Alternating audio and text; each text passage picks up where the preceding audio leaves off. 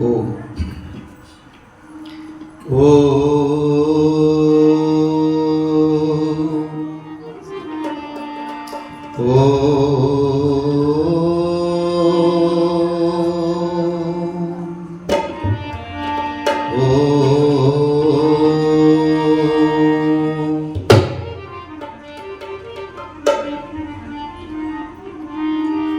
स्वस्ति पंथा मनुचरेम सूर्य चंद्रमसाविव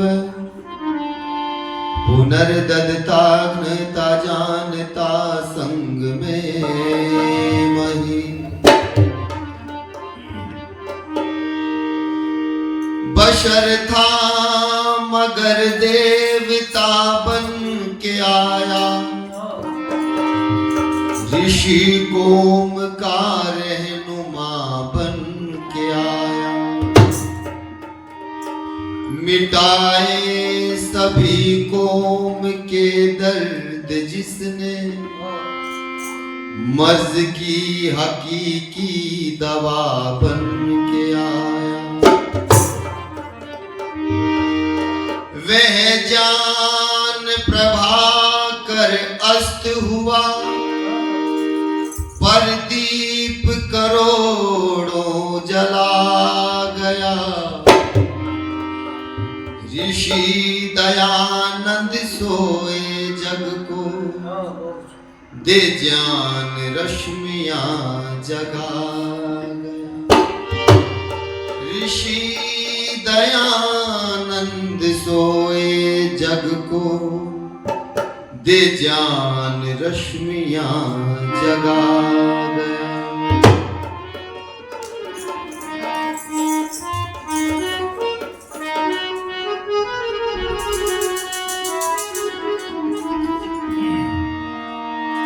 एक योगी आया था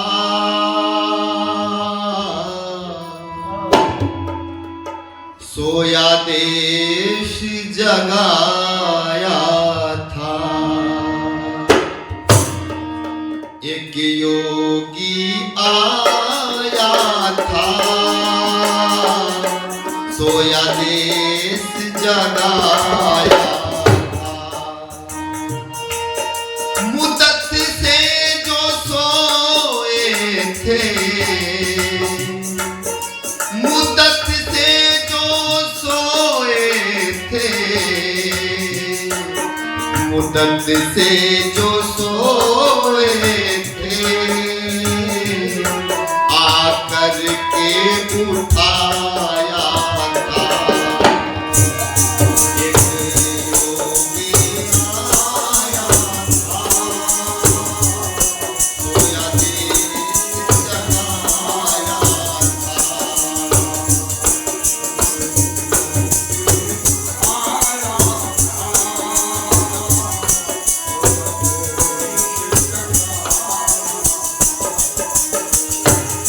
बचपन में उमंग जागी चला बन करके वैरागी बचपन में उमंग जागी चला बन करके वैरागी सच्चे शिव की चाहत में सब मोह ममता त्यागी कुटिया में विरजानंद की जान वेदों का पाया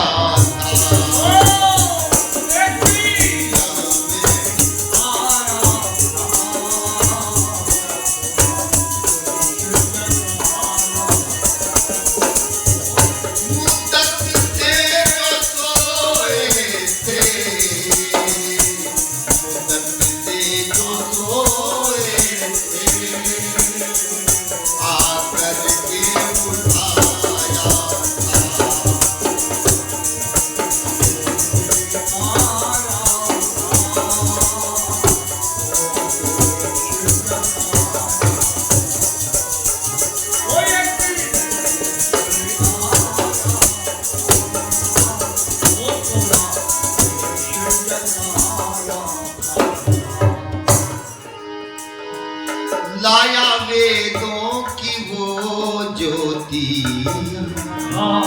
बना सीप का वो मोती, लाया वेदों की वो ज्योति। बना सीप का वो मोती, रोया देख कर देखी, जब विधवाएं रोती। ये हवाला देवरी का मां, घर उनका बसाया था।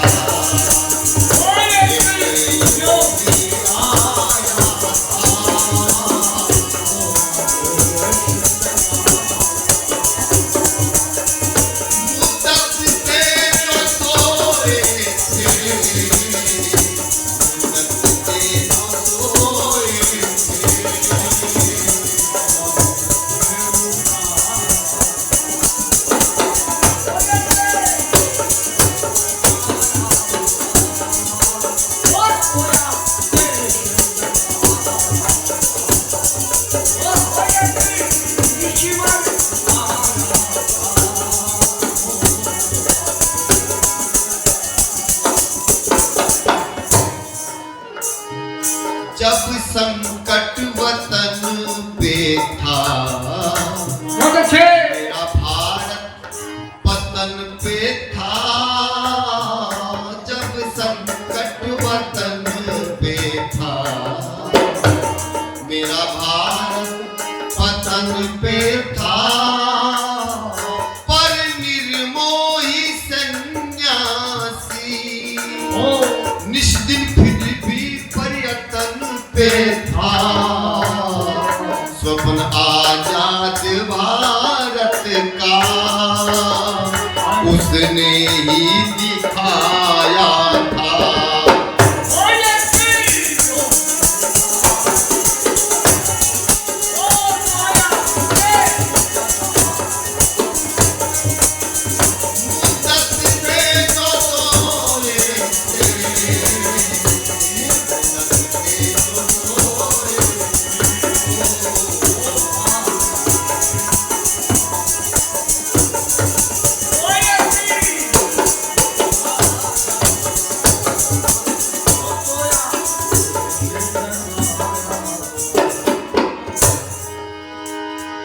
दयानंद नाम था जिसका, दया ही काम था जिसका। दयानंद नाम था जिसका, दया ही काम था जिसका। जो पिलाते थे विष उसको, प्रेम पैगाम था उसका। विष पी करके जसविंदर हमको अमृत पिलाया था।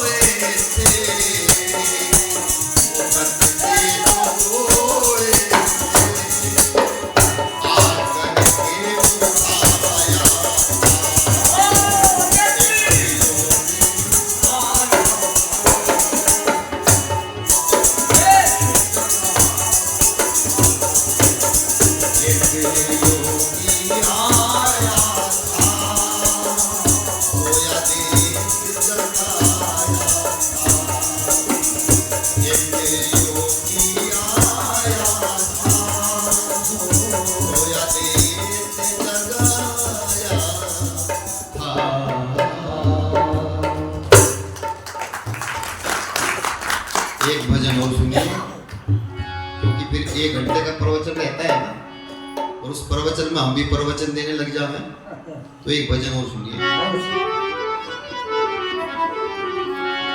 कि लड़ने वाले हजारों को बेहाल कर गया,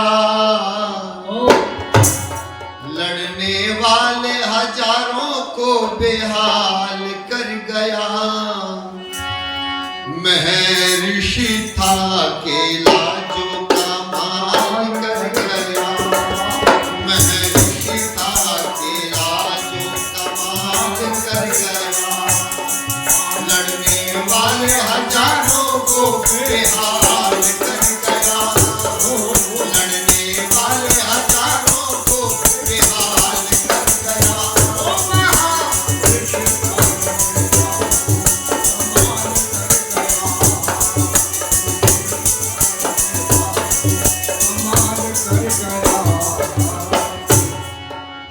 ऋषि अलबेला चाहता था लाना समय वो पुराना के स्वर्ग बनाना जमाना, चाहता था लाना समय वो पुराना के स्वर्ग बनाना जमाना। यहाँ घोर अंधेरा छाया था, पाखंड ने डेरा लगाया था। बनकर क्षमा उजाला बेमिसाल कर गया, बनकर क्षमा उजाला बेमिसाल कर गया।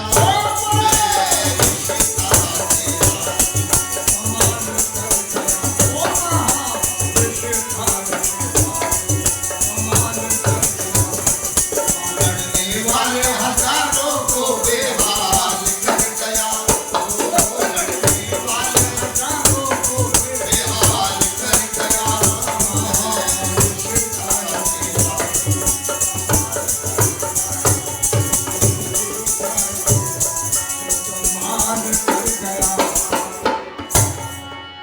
कहीं पे ईसाई कहीं मिर्जाई, कहीं अपने ही भाई कसाई। कहीं पे ईसाई कहीं मिल जाए मुझे अपने भाई कसाई, कहीं पे ईसाई कहीं मिर्जाई, कहीं अपने ही भाई कसाई। यहाँ दुकान सजाए बैठे थे और लूट मचाए बैठे थे। पाखंडियों की दुकानों पे हड़ताल कर गया, पाखंडियों की दुकानों पे हड़ताल कर गया।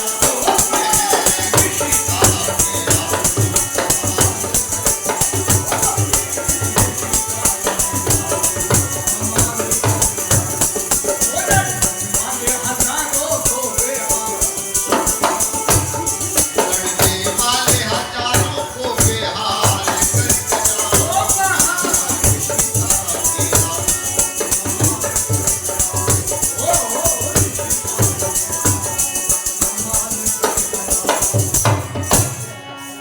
ऋषि अलबेला,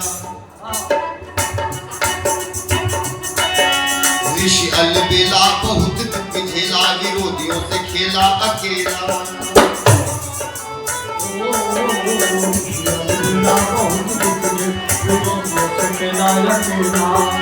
ऋषि अलबेला बहुत दुख झेला, विरोधियों से खेला अकेला। बाइबिल की पोल जब खोली थी, तो कुरान की नैया खोली थी। पथिक पुराण गपोड़ों की पड़ताल कर गया, पथिक पुराण गपोड़ों की पड़ताल कर गया।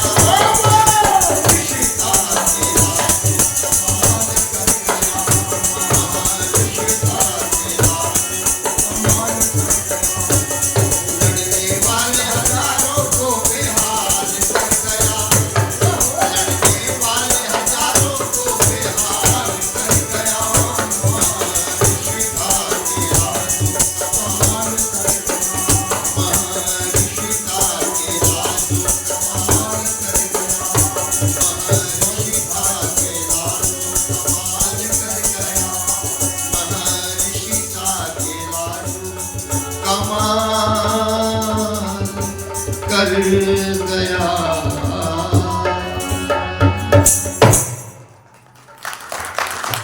बहुत ही आदर और सम्मान के योग्य वेदी पर विराजमान आज जगत के उद्भट वैदिक विद्वान जो बहुत ही सौम्य व्यवहार के धनी है, कठिन से कठिन विषयों को जो बड़े आसान तरीके से आपके बीच में प्रस्तुत करते हैं। आप सबके जाने पहचाने बड़ी श्रद्धा जिनके प्रति आपके मन में है, ऐसे आचार्य श्रद्धेय डॉक्टर धीरज कुमार जी, आदरणीय भाई सोमपाल जी, भाई ब्रजपाल जी, अपनी समाज के प्रधान जी आदरणीय कंवर साहब आर्य जी, और बहुत ही सादगी की प्रतिमूर्ति अपने मंत्री जी आदरणीय अजीत जी, और अपने कोषाध्यक्ष पद पर विराजमान है श्रद्धेय सत्यनारायण आर्य जी, और मंच का बहुत ही सुंदर जो संचालन कर रहे हैं, बड़े जिज्ञासु प्रवृत्ति के व्यक्ति हैं, एक ऊर्जावान नौजवान आदरणीय भाई यजवीर आर्य जी, पीछे बैठे हैं वानप्रस्थी आदरणीय सत्य मुनि जी महाराज, और आदरणीय हरिलाल मास्टर जी, सभी प्रबुद्ध श्रोतागण, वंदनीय मातृशक्ति, प्यारी बहनों, छोटे छोटे बालकों, भगवान की असीम अनुकंपा से आपके वार्षिक उत्सव में आना हुआ, और ये पहले दिन की दूसरी सभा आपके बीच में प्रस्तुत हो रही है। और बड़ा अच्छा लगता है कि जहाँ पर हम बच्चों को नहीं लाते, आपके आर्य समाज में बच्चे देखने को खूब मिल रहे हैं। क्योंकि हम प्राय देखते हैं तो ज्यादातर बूढ़े व्यक्ति ही आर्य समाज के कार्यक्रमों को सुनने के लिए आते हैं, और कई कई दफा तो ऐसा भी हो जाता है। अभी हम पिछले दिनों कानपुर में थे, लगभग 8-9 महीने पहले, तो वहां पर गिने चुने व्यक्ति आते थे। आर्य समाज की बहुत प्रसिद्ध समाज है वो कानपुर की, तो गिने चुने व्यक्ति आते थे। वो आते थे जो रिटायरमेंट थे, मतलब वैसे भी रिटायरमेंट और वैसे भी रिटायरमेंट। तो एक बुजुर्ग बैठे थे हमारे सामने, तो जब हम भजन प्रस्तुत करते थे तो बेचारे गर्दन को ऐसे ऐसे हिलाते रहते थे वो। हम समझ बैठे भाई हमारे भजनों को सुनकर के आनंदित हो रहे हैं। तो मन में जिज्ञासा हुई, फिर हमने जाकर के कहा आर्य जी ये बताओ भजन कैसे लगे आपको? तो उसने कहा जी थोड़ा सा ऊंचा बोलो। हम समझ गए मामला गड़बड़ है। तो हमने पूछा भजन कैसे लगे आपको? आप जो गर्दन हिला रहे थे ये आनंद में तो हिला रहे थे। तो वो कहने लगे भजन वजन का तो मुझे पता नहीं। मगर फिर गर्दन क्यों हिल रही थी आपकी? वो कहने लगे तो परमानेंट हिलती है, इसका भजन वजन से कोई संबंध नहीं है। तो हम ऐसे ना बने कि ना तो हमें समझ में आवे कुछ, और गर्दन हिले तब आर्य समाज में ना पहुंचे। तो बच्चों को लेकर के आए, बड़ी अच्छी बात है। और आज के बच्चे कल के भविष्य हैं, और जिस आर्य समाज में बच्चे आना शुरू हो जाते हैं, समझ लो वो आर्य समाज शिखर के पथ पर आगे बढ़ रही है। क्योंकि कभी बालक मूल शंकर भी अपने पिताजी के साथ में इसी प्रकार से मंदिर में गए थे, और मंदिर में जाकर के देखा बड़े उत्सुक थे मूल शंकर, क्योंकि पिताजी ने बता रखा था ना बेटे, जो अपने शिवजी महाराज है ना, जिनको भगवान कहते हैं, वो नंदी की सवारी करते हैं, हाथ में उनके त्रिशूल रहता है, गले में उनके सांप लिपटा रहता है, उनके 3 नेत्र हैं। वैसे तो 2 नेत्र खुलते हैं, लेकिन जब वो दुष्टों पर क्रोधित होते हैं तो उनका 3रा नेत्र खुल जाता है। एक ऐसी कल्पना बच्चे के मन में अवतरित कर दी कि बच्चा चाहकर के भी ये चाहता था कि मैं भी सच्चे शिव का दर्शन करूं, क्योंकि अब तक तो केवल फोटो में करता था। और जैसे ही वो शिवरात्रि की रात्रि आई, सारे के सारे बच्चे, सारे के सारे गांव के लोग उत्सुक है, भाई आज जागरण होगा। अपने अभी तो होता है ना जागरण, लेकिन वहां पर कोई भी बात आपको जागने लायक नहीं मिलेगी। सारे के सारे ऊट पटांग, जिन बातों का कोई सिर पैर नहीं है, वो बातें आपको वहां पर सुनने को मिलती है। तो बालक मूल शंकर भी गए, और बालक मूल शंकर ने देखा कि झांझ, ढोलक, बाजे, चिमटे ये जम के बज रहे हैं। लोग बाग शिव जी महाराज की महिमा का गुणगान करने में लगे हैं, कोई नाच रहा है, लेकिन ये सिस्टम ज्यादा देर तक नहीं चला, और धीरे धीरे धीरे धीरे सब के सब सोने लगे। अब बालक मूल शंकर को भी नींद आती थी, लेकिन जैसे ही नींद की झपकी आती थी, वो बाहर जाते और बाहर जल के छींटे आंखों पर मार करके फिर तरोताजा होकर के बैठते। लेकिन जब सब सो गए तो वहां पर एक खेल हो गया। और खेल कैसा हो गया, आप सबने सुना होगा कि जो नैवेद्य, जो प्रसाद भक्तों ने उस शिव जी की प्रतिमा के सामने रख रखे थे, उनको खाने के लिए चूहे आ गए। और वो दृश्य अलौकिक है। और उस दृश्य की रचना लक्ष्मण सिंह बेमोल जी ने अपने शब्दों में की। और महर्षि दयानंद जी जो बचपन में मूल संकट थे, वो कहने लगे ये कैसा शिव है, क्योंकि यहाँ पर कुछ और देखने लायक था और मैं कुछ और देखना चाहता था। और कैसा था वो?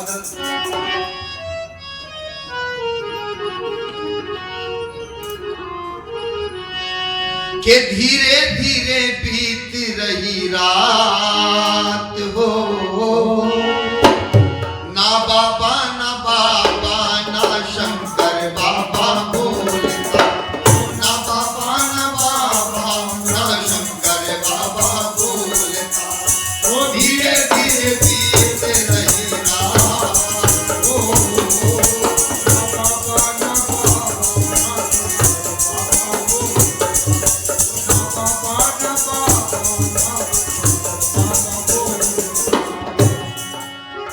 लगी है लगन बस यही मेरे मन में, लगी है लगन बस यही मेरे मन में।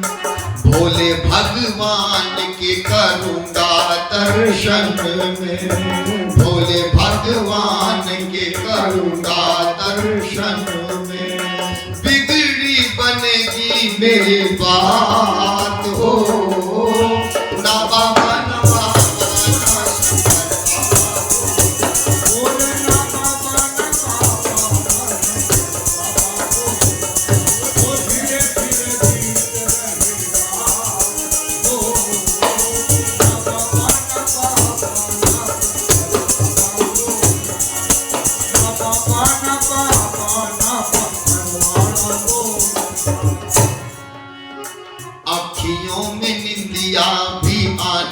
लगे अब तो, अखियों में निंदिया भी आने लगी अब तो।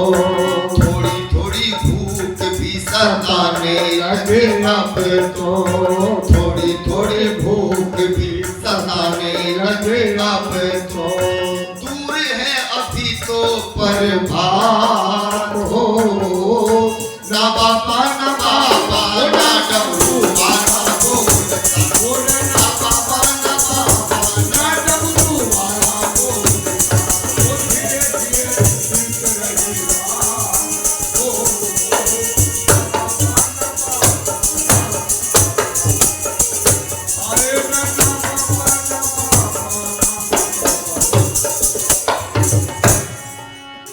बिलों से निकल करके चूहे राजा आ गए, बिलों से निकल करके चूहे राजा आ गए। मल मूत्र किया प्रसाद सारा खा गए, मल मूत्र किया और प्रसाद सारा खा गए। बेमोल कैसा ये उत्पात हो, ना बाबा ना बाबा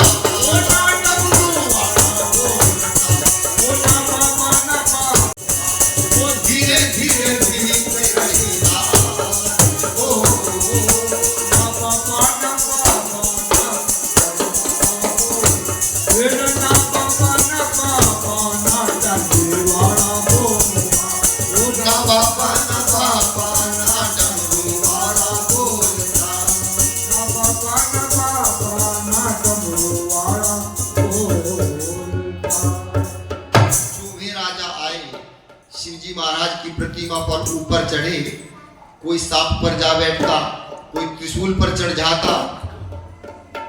और ऐसे ही कभी कोई कहीं चढ़ता, कभी कोई कहीं चढ़ता। धीरे धीरे प्रसाद खाते और प्रसाद खाने के साथ साथ में जैसे उनकी प्रवृत्ति है मन मूत्र भी वही कर देते। तो बालक मूल शंकर के मन में आए कि पिताजी तो कह रहे थे कि जो भी दुष्टों पर क्रोधित होते हैं तो अपना तीसरा नेत्र खोलते हैं, जैसे ही तीसरा नेत्र खोलते हैं तो दुष्टों को भस्म कर देते हैं। लेकिन यहाँ पर तो ऐसा है ही नहीं। यहाँ पर तो शिव जी महाराज बैठे तो हैं, लेकिन अपनी रक्षा भी खुद वो नहीं कर रहे हैं। तो जो अपनी रक्षा नहीं कर सकता वो हमारी रक्षा कैसे करेगा। पिताजी के पास में गए और जाकर के, पिताजी भी तो नींद में थे ना, तो जाकर के उठाया और जाकर के कहते हैं, पिताजी आप तो शिव जी की महिमा का जो वर्णन मेरे सामने करते थे, ऐसा तो शिव जी है ही नहीं। ये शिव जी तो अपनी रक्षा चूहों से नहीं कर रहा। तो पिताजी कहते, बेटा ये शिव जी की प्रतिमाएं, शिव जी तो कैलाश पर रहते हैं। तो बालक के मन में आया कि फिर मुझे सच्चे शिव की टोह करनी है। कहाँ रहता है सच्चा शिव जी? घर आया, घर पर आकर के किवाड़ खटखटाए, अंदर से माँ ने किवाड़ खोले और देख करके कहते, बेटा मूलशंकर इस समय, इसने कहा माता जी ऐसे ऐसी घटना घट गई, मैं तो चला आया बीच में से। तो माता जी कहते, चल बेटे अब तू कुछ खा पी ले, क्योंकि आज पूरे दिन से भूखा है ना, खा पी ले और खा पी कर तू अब सो जा। जब अपनी माँ के मुंह से ये सुना कि खा पी करके सो जा, तो बालक मूलशंकर कहता है, माता जी मैं सोने के लिए दुनिया में नहीं आया, मैं तो सोई हुई कौम को जगाने के लिए आया हूं। और याद रखो, जो सोई हुई कौम को जगाने के लिए आया, उसी कौम के लोगों ने ऋषिवर को जहर पिलाया, और एक बार नहीं अनेक बार जहर पिलाया। लेकिन कमाल के थे व्यक्तित्व ऋषि दयानंद जी महाराज। यदि आज हमारा कोई अपमान कर देता है, प्रशंसा तो सब सुनना चाहते हैं, ये प्रशंसा बड़ी मीठी चीज है, लेकिन जैसे ही कोई हमको सुधारने की बात कहता है या हमसे कोई ऐसी बात रख देता है तो हम क्रोधित हो जाते हैं। लेकिन ऋषि दयानंद जी के जीवन को पढ़िएगा, जिस व्यक्ति ने जहर पिला दिया हो उसी व्यक्ति को क्षमादान भी दे रहे हैं, कुछ पैसे भी दे रहे हैं और ये कह रहे हैं कि तू यहां से चला जा। ऐसा अदम्य साहस, ऐसे अदम्य क्षमादान यदि देखना है तो केवल ऋषि दयानंद को पढ़िएगा। यदि ऋषि दयानंद जी महाराज ना होते तो ना हम होते ना आप होते। और एक बात और कहकर के गीत सुनाऊंगा, सबसे बड़ा उपकार यदि ऋषिवर का किसी पर है तो केवल बहनों और माताओं पर है। क्योंकि आपने पढ़ा भी होगा, सुना भी होगा कि यदि कोई बहन, यदि कोई माता वेद का मंत्र बोल देती थी तो उसकी जिह्वा को काट दिया जाता। वेद मंत्र कानों में पड़ जाता था तो कानों में शीशा पिघला करके डाल दिया जाता था। आज इस मुकाम पर यदि किसी ने महिलाओं को पहुंचाया है तो केवल दयानंद ने पहुंचाया है। लेकिन दुख इस बात का है कि महिलाएं ना पहले ऋषि दयानंद को समझी और ना आज ऋषि दयानंद को समझी। अच्छा, ऋषि दयानंद की प्रचार शैली, जिस ऋषि दयानंद ने तुम्हें नीचे से उठा करके एक बढ़िया से स्थान पर खड़ा कर दिया हो, उसकी गुण गरिमा सुनने के लिए कितनी उपस्थिति है जी। और जो व्यक्ति आज भी बड़े बड़े मंचों पर बैठ करके कहते हैं कि स्त्रियों को गायत्री मंत्र बोलने का अधिकार नहीं है, वहां पर कितनी भीड़ इकट्ठा होती है। तो याद रखना, जो व्यक्ति जगाने के लिए आए थे हमने उनके प्रति कृतज्ञता प्रकट नहीं की। जिन लोगों ने हमें दबाने का प्रयास किया आज भी हम उनके साथ में लगे रहते हैं, और जिसने हमें उठाने का प्रयास किया हम आज भी उसको दबाने के लिए तत्पर रहते हैं। इसलिए भाई सोमपाल जी कह रहे थे कि हमने दुनिया की बात मानी पर ऋषि दयानंद की बात नहीं मानी। यदि दयानंद की बात मान लेते तो स्थिति कुछ और होती, क्योंकि वो देवता कहे, उसे फरिश्ता कहे, उसे रहबर कहे, अगर जन्म जन्म लेकर के भी ऋषि दयानंद के ऋणों से उऋण होना चाहे तब भी हम ऋषिवर के ऋण से उऋण नहीं हो सकते। इसलिए किसी कवि ने लिखा,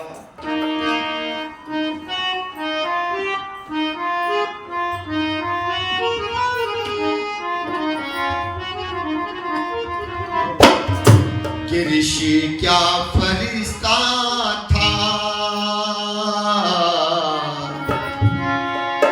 दिलों को करार दे गया। ऋषि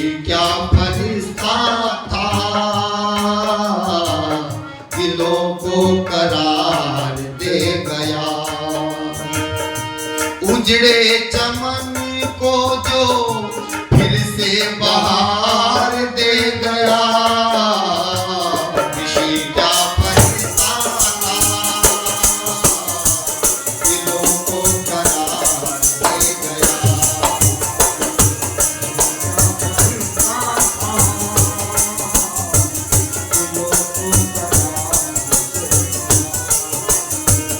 उजड़े चमन को जो फिर से बहार दे गया।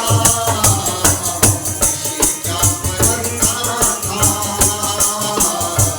दिलों को करार दे गया। फिर भी नहीं जग ने समझा खाए सितम उस पर क्या क्या। फिर भी नहीं जग ने समझा ढाए सितम उस पर क्या क्या। जुल्म रात दिन सहता रहा अपनी जुबां से कहता रहा। जुल्म रात दिन सहता रहा अपनी जुबां से कहता रहा। हे मालिक इन नादानों पर करते रहना दया। ऋषि क्या फरिश्ता दिलों को करार दे गया। उजड़े चमन को फिर से बहार दे गया।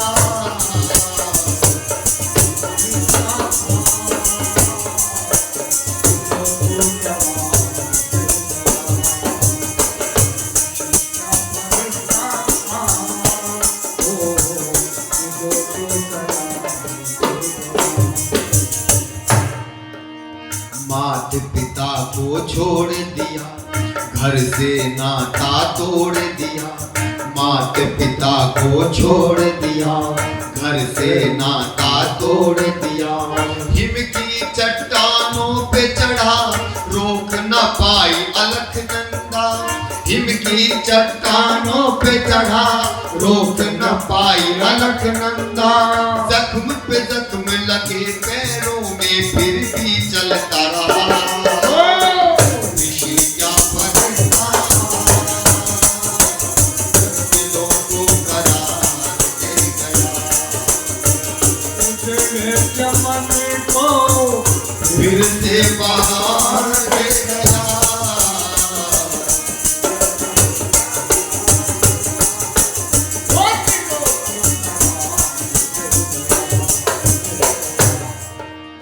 मंदिर चर्च मीनारों में धर्म था बंद पिटारों में। मंदिर चर्च मीनारों में धर्म था बंद पिटारों में। सच की होली जलती थी दान झूठ की गलती थी। सच की होली जलती थी दान झूठ की गलती थी। मत मजहब पंथों ने खोला था अध्याय नया। ऋषि क्या फरिश्ता दिलों को करार दे गया। उजड़े चमन को फिर से बहार दे गया।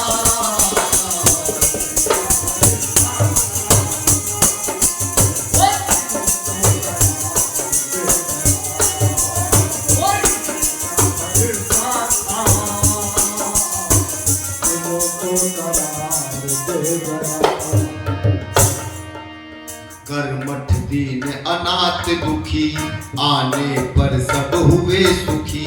कर्मठ दीन अनाथ दुखी आने पर सब हुए सुखी। विधवाओं की मांग सजी वेद की शहनाई थी बजी। विधवाओं की मांग सजी वेद की शहनाई थी बजी। गौतम कपिल कणाद की दासता करता चला बयान। ऋषि क्या फरिश्ता दिलों को करार दे गया। उजड़े चमन को फिर से बहार दे गया।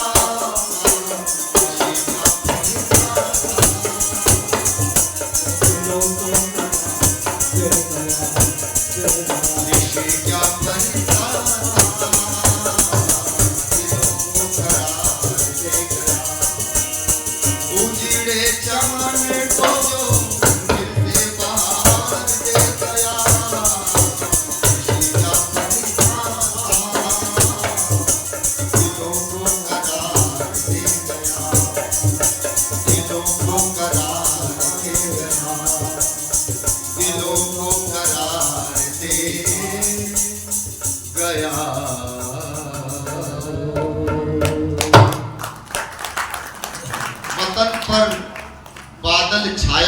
था एक जुल्मात का, ऋषि दयानंद के आने से पहले।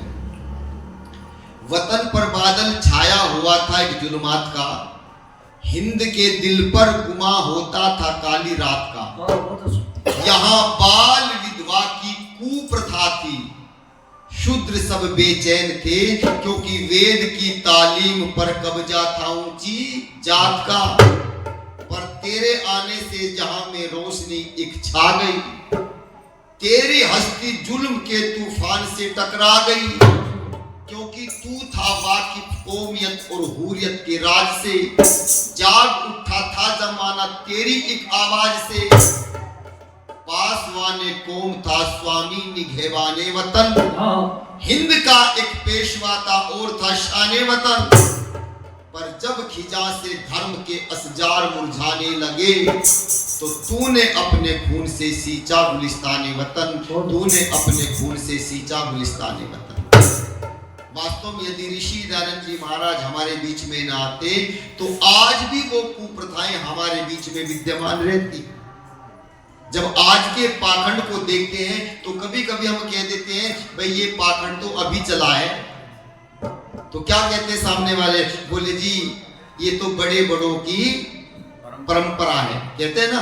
लेकिन याद रखना, आपने पहले भी पढ़ा होगा, सुना होगा, आज का पाखंड अगली पीढ़ी के लिए परंपरा बन जाता है। इसलिए हम जो भी कार्य करें वो सोच समझ करके करें।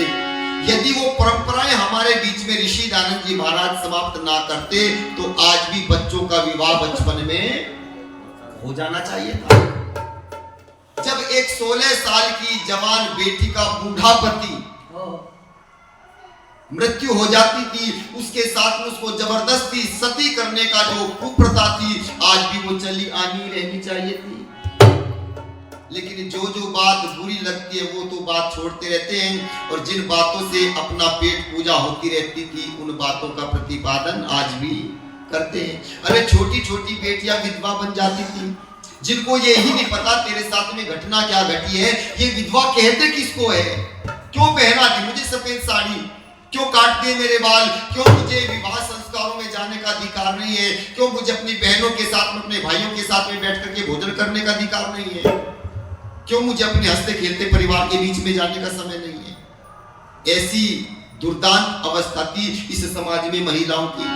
और जब सती का नंबर था ना, वो तो राजा राममोहन राय को धन्यवाद है, ऋषि दयानंद को धन्यवाद है, जिन्होंने ऐसी ऐसी कुपरंपराओं को खत्म किया। नहीं तो जब 16 साल की एक जवान बेटी विधवा हो जाती थी, एक तरफ 70 साल का बूढ़ा मर गया, और उसके साथ में जब जीते जी उस लड़की को जलाया जाता था, तो वो दृश्य याद करो, कभी कभी एकांत में बैठ करके चिंतन भी कर लिया करो। क्योंकि जब तक हम दूसरे का दुख अपने दुख को मिला करके नहीं चलेंगे, तब तक बात बनने वाली नहीं है। हम दूसरे का दृश्य देखते हैं। अच्छा, कभी कभी आपके मोबाइल पर वीडियो आ जाती है ना, भाई किसी गाय को काटते हुए की, किसी मनुष्य का गला रेतते हुए की, तो सिहरता है ना शरीर। और कभी उस दृश्य को अपने पर डाल करके देखो, यदि हमारे खुद के साथ में ऐसा हो जाए तो हम पर क्या बीतेगी। लेकिन बस यही दुर्भाग्य हमारा देश का कि जो मनुष्य सर्वश्रेष्ठ रचना परमात्मा की थी, आज वो मनुष्य इसने नीचे गिरता जा रहा है, इतने नीचे गिरता जा रहा है जिसकी कोई सीमा है ही नहीं। आचार्य जी हम चर्चा करते रहते हैं, देखो जब से सृष्टि बनी तब से परमात्मा के द्वारा दिया हुआ भोजन जो प्रकृति उनकी है, पशुओं का भी वही भोजन है, पक्षियों का भी वही भोजन है, लेकिन मनुष्य का भोजन कोई गिरने की सीमा ही नहीं। तो किसी व्यक्ति ने कहा कि ऊपर चलने वाले हवाई जहाज को छोड़ करके और नीचे लेटने वाली चारपाई को छोड़ करके इस मनुष्य ने जो परमात्मा की सर्वश्रेष्ठ रचना है, इसने सारे के सारे को अपने पेट के अंदर ही दफन कर दिया।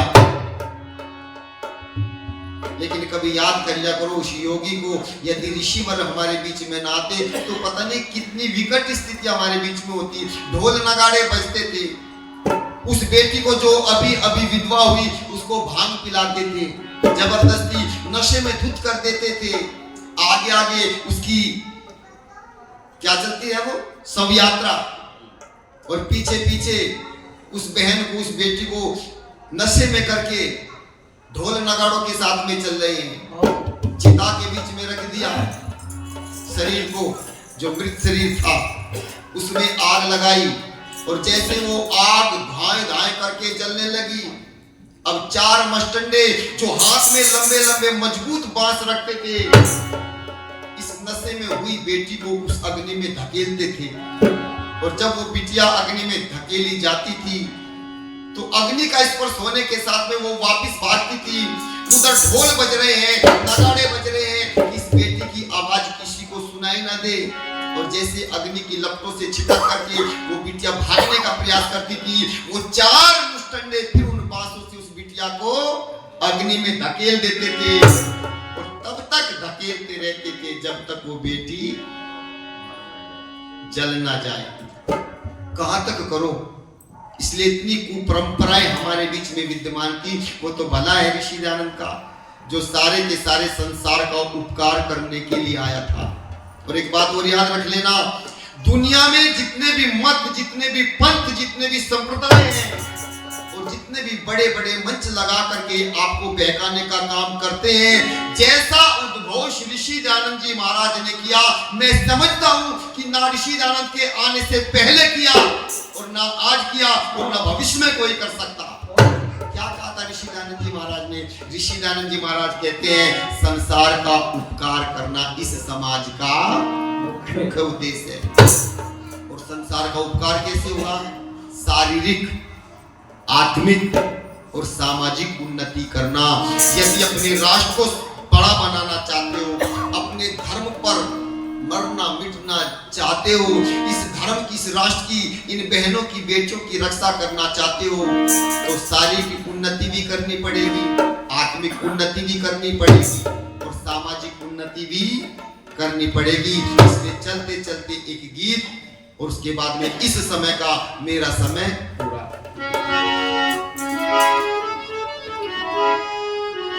संसार का किया है उपकार में ऋषि ने, संसार का किया है उपकार में ऋषि ने, हंस हंस के विष पिया है कई बार में ऋषि ने। संसार का किया है उपकार में ऋषि ने,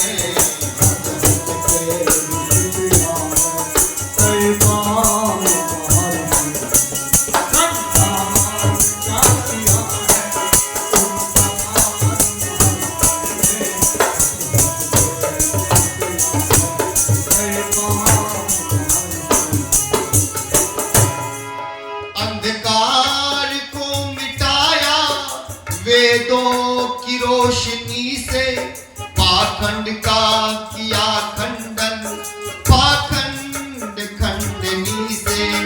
अंधकार को मिटाया वेदों की रोशनी से, पाखंड का किया खंडन पाखंड खंडनी से। सत्यार्थ से किया है, सत्यार्थ से किया है प्रहार में ऋषि ने।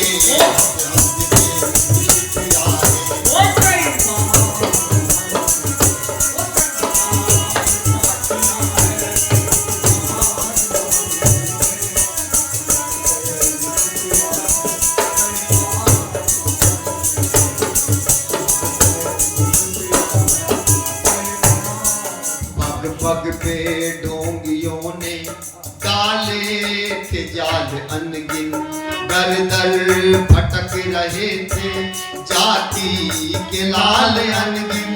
पग पग पे ढोंगियों ने डाले थे जाल अनगिन, दर दर भटक रहे थे जाति के लाल अनगिन। उनको बचाया कर, उनको बचाया कर किया प्यार में ऋषि ने।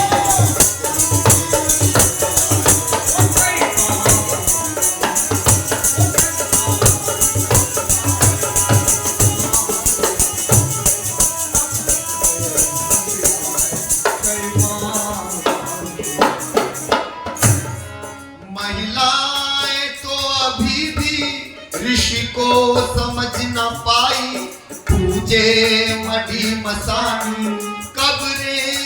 संतोषी माई।